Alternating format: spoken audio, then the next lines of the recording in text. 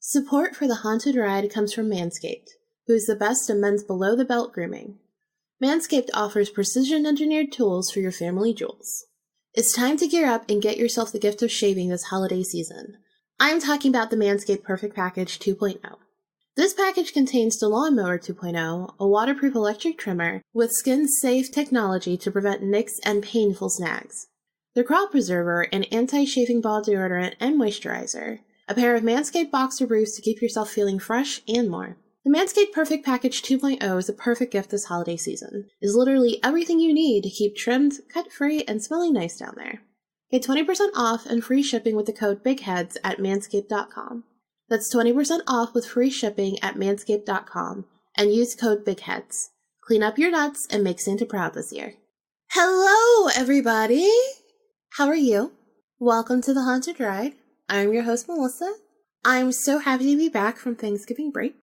So I hope you had an amazing Thanksgiving. I hope that you enjoyed yourselves. I hope that you had plenty to be thankful and grateful for.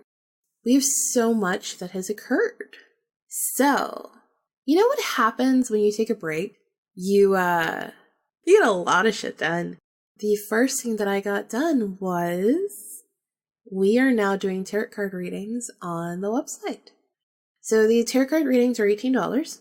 The spreads right now, I don't have a limit of, particularly what type of spread I'm going to do from what spread I'm not going to do. It's really more so dependent upon the person's question, and so we'll just take it from there. If you are interested, please head over to the Haunted Ride. It's under Services, the store. So it's our little store that's there, and you will see it right in the middle, and I'm very happy that it's up. Because I know I talked about it since October and it didn't happen in October. I'm sorry. But I think it's happening exactly when it was supposed to. And I'm very excited. And I hope you guys are excited about it too. So today we are going to discuss all of the shit that went down literally the week I was gone. Like just 1 week. 1 week. Again, I go back to this time when I was like, man, I'm not going to have enough to talk about on the podcast if people want to submit their stories, and, I'm going to run out of stuff, and so far, I literally still have a running list. So we will get into that after a very quick promo. So I will see you guys in a couple seconds. This podcast is part of the Big Heads Media Podcast Network. Go to bigheadsmedia.com for more great podcasts. Hi, my name is Jessica. And I'm Jonas. We are co-founders of the inclusive horror collective Artemisia's Axe and the Corpse's Tongue, based in Glasgow, UK. We are here today to talk to you about our new crowdfunder campaign called Neon Horror, an anthology of short fiction and illustrations by creators in the LGBTQI community. We've often felt left out of larger conversations in the horror genre and creative opportunities in general. So we wanted to give others like ourselves a chance to make their voices heard out there. With your help, we can pay our creators more and support two amazing LGBTQ+ charities in the UK. One called Mermaids UK and the other is called The Tie Campaign, both who do essential work for our communities. So go on crowdfunder.co.uk today and support Neon Horror. And remember, supporting queer artists is awesome. And we're back. I hope you enjoyed the promo. Okay, so let's see where we start with this. We're going to start on Friday. So this was Friday, November 22nd. That's when it started. I was on my way home from Melbourne, which is essentially like 2 hours away from where I live. And it was nighttime. The sun had basically completely gone down. I think there's maybe just a little bit of light. It wasn't much of anything. The sun had already set. And so I'm driving home, and I get to this area where there are a bunch of trees. And at first I thought my eyes were playing a trick on me, because I've been seeing like random shit the whole time. But I'm also a logical person. So I said, okay, well maybe it could be a glare from another vehicle, so on and so forth. And then I had to say to myself, Melissa, you are also in a place that you don't really know too well, and you're coming home. You've never come back this way ever. But no matter how you really want to turn it, if it was a trick of the light, you would be seeing them all the time. It would have been a constant. The fact that it sort of just pops out of your peripheral vision every now and again means it's not something that is being caused by a trick of the light or another vehicle or something like that. That's not what's happening. I'm driving down this road. It is the highway. And I am in the left-hand lane. To my left, which means in the opposite way of traffic, I see this thing that honestly looks like a deer with approximately 8 to 16 legs. And I say 8 to 16 because I could count 8, but I could only see it from one side. Now, clearly, deers do not have 8 legs. Secondly, nobody ran into anything, because I watched this thing, and it wasn't moving like a deer. Like, it wasn't, step by step by step. It almost reminded me of, if any of you have seen The Blob, which used to be one of my favorite movies when I was a kid. When the slime moves, it's almost like a caterpillar where it crunches up and then drops. That movement is how the deer was moving. And it did this, though, very quickly. So I am looking at this thing kind of crawl across the highway, that is a deer with numerous legs, and just go into the forest. And it looked like a shadow, like the shadow of a deer. It had more light to it, but that's what it looked like. It's like, okay, cool. That's new. All right. Within the same mile of now we hit the trees. So now the medians are completely full trees. I really can't see over to the other section of highway. And I see what looks like this giant tree thing pick itself up from off the ground and lift itself, almost like if it was a tree laying down asleep, was kind of the way that I thought about it, like if it was asleep. Lift itself up, almost stretch, and then go all the way up. And it turned to me and it smiled. And then it became still like a tree. And I was like, the fuck is this shit? And then if that's not enough, the third thing I saw was the most normal thing, but I knew it wasn't real. It was a falcon. It was a spirit falcon. So I see all these 3 things in literally about less than a mile away from one another. And also, I had driven this way. So I went down the highway this way, turned around, and then went down up the highway to come back home. And I remember there were definitely parts on the highway where I felt weird things. I didn't see anything, but I felt weird things. But when I was there earlier, it was in the afternoon. And I think the reason why is because these little entity spirit things didn't have the energy, or maybe, to be honest with you, I just don't think they gave a fuck. I think they were like, hey, you get to see me, bye. I don't think they were there in the terms of, sometimes when we talk about ghosts and stuff, I'll say, well, I think that was just there for you to see it. I don't really think it was just there really for me to see it. I just think that it's almost like I happened upon this thing in the moment of it waking up. And I've never been to Melbourne before, have no plans really to go back, but it was so amazing to me that this happened all at the same time. What I realized were these were land spirits. They weren't human at any point, but that was the first time I've ever seen a land spirit like that before. I've never quite seen them like that, or that often, or that frequent.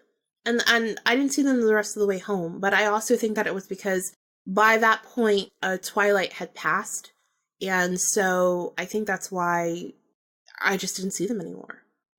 Okay, so I have to tell you guys this because this still blows my mind. So I got a phone call in the middle of the podcast, so I paused it, answered the phone call. We are getting a Texas Roadhouse, and I am so excited because I love Texas Roadhouse. But I thought they were going to open on December 3rd, which meant that after work, I knew where I was going for dinner. But then I turned around and I looked up online, and I saw that it actually said December 9th. So I was like, man, dang it. So I was trying to find somewhere where it actually confirmed the date, because Texas Roadhouse just says December, it doesn't say what day. So I went to the news section of Google, and again, Texas Roadhouse is already typed in there. And the first article says something about a Wawa, a Texas Roadhouse, and some other places. Like, oh my God, we're going to get a Wawa too?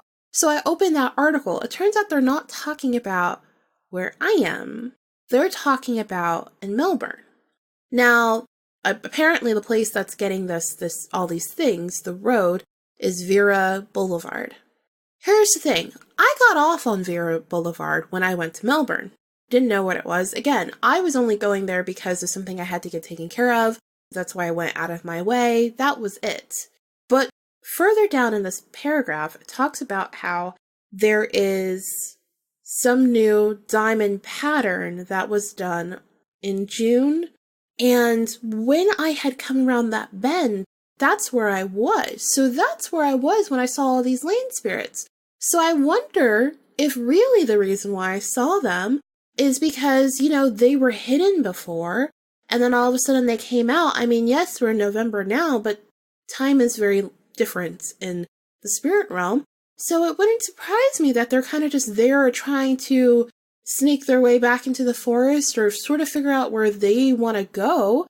And I just happened to see them, as I said, as they were waking up. So as they were going to be making those movements in the quiet silence that they needed. And I can't believe that's where I was. And that I found that because I don't look at the news, so I don't know these things. And I'm not from there, so I would never bring that up. So, I guess I was looking to see why did the land spirits pop up, and, well, got my answer literally today. The next thing that happened is I want to say on Saturday, I sort of felt like I was sick, like I was coming down with something, and I do know that my sinuses have kicked up, but I didn't feel necessarily sick, so I wasn't really sure, why was I feeling this way? It didn't really make a whole lot of sense to me. Then it turns out that someone in my family actually was sick, and once I found out that that person was sick, my symptoms completely went away. I was just picking up the fact that they were beginning to get ill. Then, on, I'm gonna say Monday. So this was Friday the 22nd, Saturday the 23rd, and then Monday, which was the 25th. So Monday the 25th, I start doing stuff around the house, and for some reason, it occurs to me that I should look at my car's tires. So I go out to the garage, I walk around, I look at my tires, they all look fine. But I thought I was going to have a flat, or I felt like I was going to have a flat. And I was like, well, my tires seem fine, nothing seems wrong. I drove the car on Friday, but everything was okay, so I don't really understand where that's coming from. And I just sort of figure it's one of those things that are popping into my brain, and I'm sure I'll have a reason for it soon.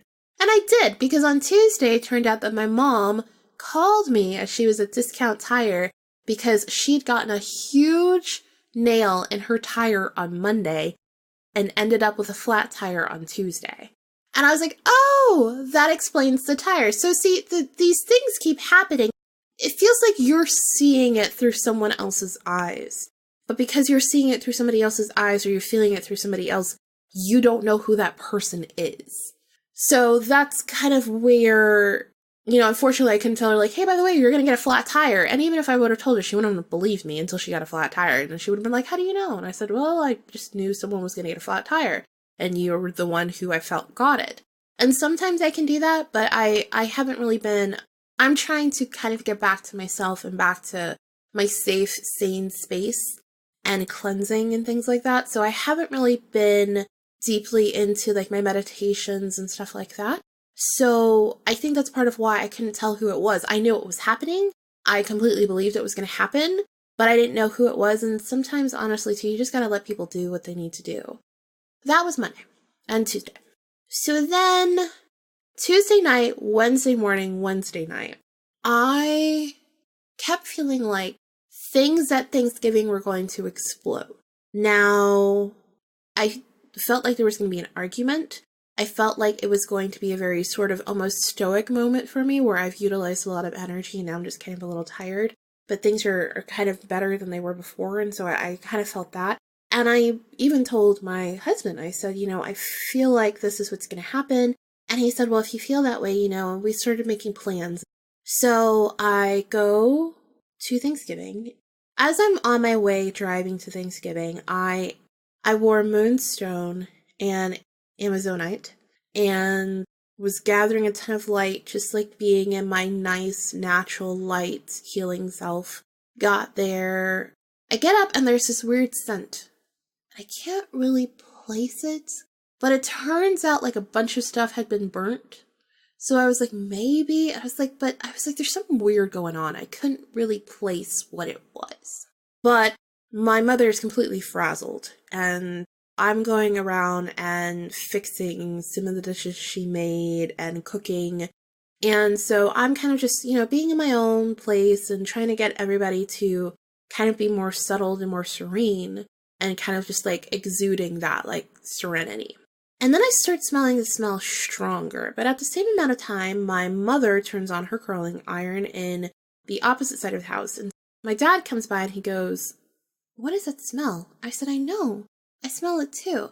And my mom's like, "It's my curling iron." And I looked at him and I was like, "But she's all the way over there. I don't think it's your curling iron." He's like, "No, I don't think it is either." And so we kind of just said, okay, well, something's going on. It's a little strange, but we're not really sure what it is. We're also cooking a bunch of things. We've got a bunch of stuff going on.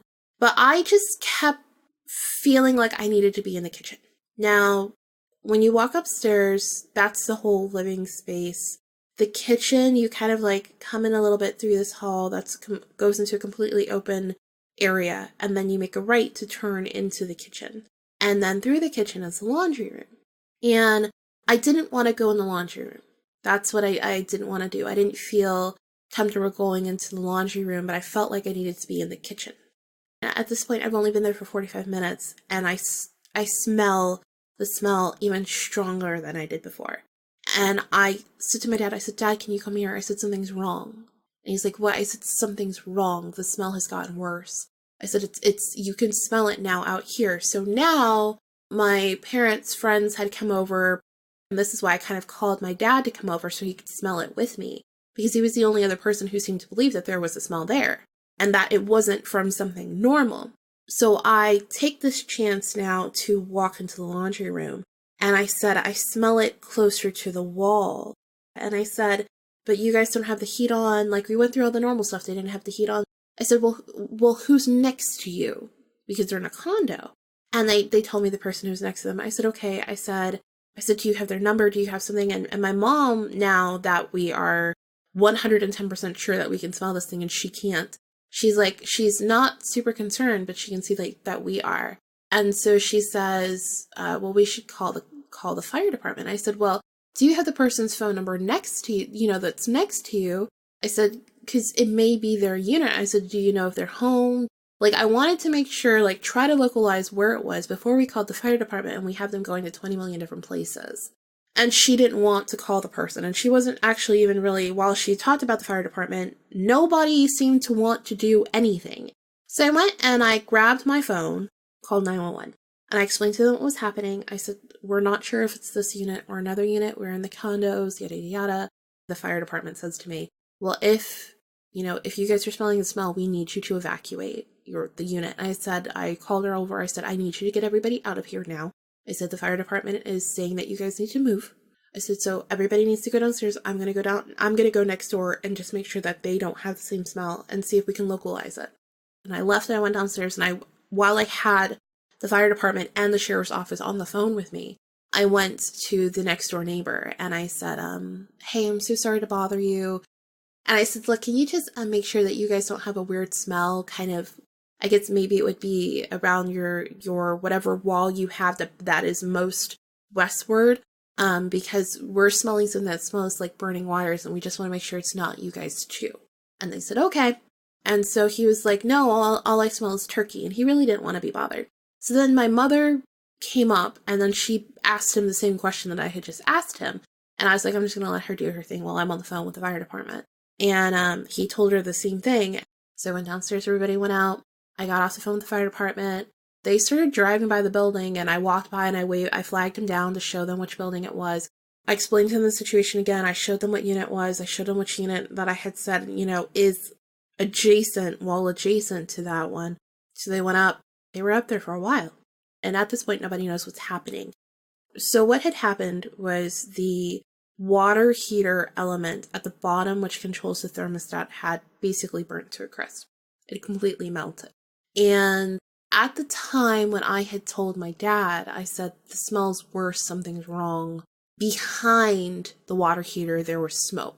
So when I had walked into the laundry room that I did not want to go into at all, and I was smelling it, and I said, it's over here somewhere, I was standing right next to the water heater. They told my parents that if we had left, the water heater would have exploded, the fire would have gone everywhere, and essentially they would have nothing left. There's nothing more sobering than telling somebody that their home could have exploded. It's really funny because before this, my mom was sitting there and she was like, I've ruined Thanksgiving. Thanksgiving's ruined. Everything tastes horrible, so on and so forth, blah, blah, blah, blah. And I kept telling her, I said, it's all about perspective. I said, you don't have the right perspective. And I actually had told her and my dad, I said, by the end of the night, you will. So they were just blown away, literally, by the fact that they could have had nothing. And if no one would have said anything, if I would have not said anything, we would have just packed up all the food and left. That's what we were getting ready to do, was to pack up all the food and leave. So what's really funny, though, is like, it's more sobering for me now when I tell the story than it was in that moment. And I think it's because like it couldn't be in that moment. One of the things that I'm normally called is the battery. I've been called this by employees, by coworkers, by bosses, by owners of companies, that I'm the battery and that I can re-energize or recharge people when things are basically going to shit. And I know that. And so at the moment, I was very calm and serene. Now it's a little bit more of a mind-boggling thing as I tell the story because I don't have to be anybody's battery. Now I'm just telling the story as somebody who lived through the experience versus somebody who had to do something in that moment.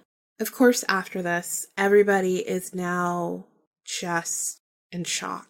I didn't think about it then, but I understood later on in the night, I understood why I felt that kind of stoicness. Because that's kind of how everybody was, like, oh my God, this could have happened. Her friends took some of the food, whatever food could be taken and left. And then we just tried to have a good Thanksgiving. And luckily for them, you know, they're still very much worried about it, but they're working on fixing it. Actually, right now as we speak, that was the phone call that I got in the middle of the podcast. So, Good Senses and the fire department saved the day. I think maybe that's what this should be called, Good Senses. I think that's what we're going to go with. Apart from that, I hope you guys liked the episode. All of the links are in the description of the show on every episode of the show, so you can definitely click them there from your podcast player, but we are on social media, Facebook and Instagram, The Haunted Ride, Twitter, Haunted Ride. We do have a Patreon, patreon.com/The Haunted Ride as of this point. We have almost as many pieces of bonus information and content there as we have out on the podcast itself, including the audio drama, which I'm still writing and very excited about. We also have tarot card readings that we now do as one of the services on thehauntedride.com. We also have the spiritual guidance service and the paranormal advice service. And come January, we will be selling crystals. So very excited about that. I will cleanse and charge them before they're sold, but I bought a whole bunch of them and I'm really excited about it. We have our Facebook group if you want to join that. It is in the podcast description, the show notes, it's in everything. But if you can't click the link on there because your podcast player doesn't let you, just go to facebook.com and type in The Haunted Ride and go to groups and you'll find us there. And we also have Discord, which is honestly where I'm the most sociable. That's honestly where you can find me the best, and if that's something that you'd like to do, come join our Discord group. I also wanted to let you guys know that we are doing something special this year. I am sending out Christmas cards. If you would like a Christmas card, what I need you to do is email me with something good that happened to you this year and your address, and then I will send you over a Christmas card. So if you want to take advantage of it, again, email thehauntedride@gmail.com with something good that happened to you this year and your address, and I'll send it over to you. What I learned this week, I would say, would be cleansing. It takes time to heal from things, and I've had a lot of things I've had to heal from recently, kind of jam-packed over and over and over again, and I'll heal a little bit from one and another thing will happen, and I'll heal a little bit more from that one and another thing, and there's constantly healing going on with me, and I know that and I can feel it, but sometimes it's very hard to sort of see where one thing starts and one thing ends. And I've been really lucky where I haven't had that. I know if I hadn't worked on myself, I would be stuck in that. That's how I used to be. I've been really lucky that that hasn't been the case. But there have been certain things that I haven't been able to figure out why I have such a hard time doing them. Little things that I used to enjoy, that I used to do weekly, on regimen, no question. It was like, it took so long for me to get back to those things. And I was like, why? I used to do this all the time. I used to do this daily. Why? Why am I so tired? Why do I not feel, and I do a lot. I do. And I had to realize like I had not fully healed from those things. This whole week has been amazing because I've never had just a week where like I'm completely off. I don't do anything. Like, this is weird.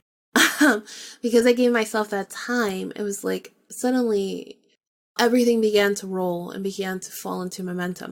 And every day as I've been doing things and getting things together and getting them working, the very small things that I hadn't finished healing from, all those tiny, tiny little daily things that I didn't realize was so mixed up into everything else that I had going on. And I guess I just healed from it. I just felt different. I looked at things differently. I had that different perspective. And I think with having that different perspective and having the want and the drive to put that perspective in place, I finished the last part of that healing that I needed to do. And that doesn't mean that it's going to be perfect or anything like that. It doesn't mean that. But it's definitely, things have changed. And I feel that in myself, things have changed. I've changed. And that's one of the best things that I can give myself for this year, is that I'm different than I was before. My house is different than it was before. The things that I involve myself in are different than they were before. My actions, my wishes, my wants, my thoughts. I strive very hard to live in a place of peace, and that's different than it was before. So cleanse yourself, whatever that means for you. If you need to go out, if you need to whatever, fine. Like, if you've got something that's going on, if you used to be able to do something all the time and you realize that you weren't able to, ask yourself why. And one day, at some point, you will get the motivation to do that, and I will be smiling for you when you do. And have a good night. Have a good day. Take care and stay safe out there. Love yourselves and love others. And as we always like to say, don't let the ghost get ya. Bye.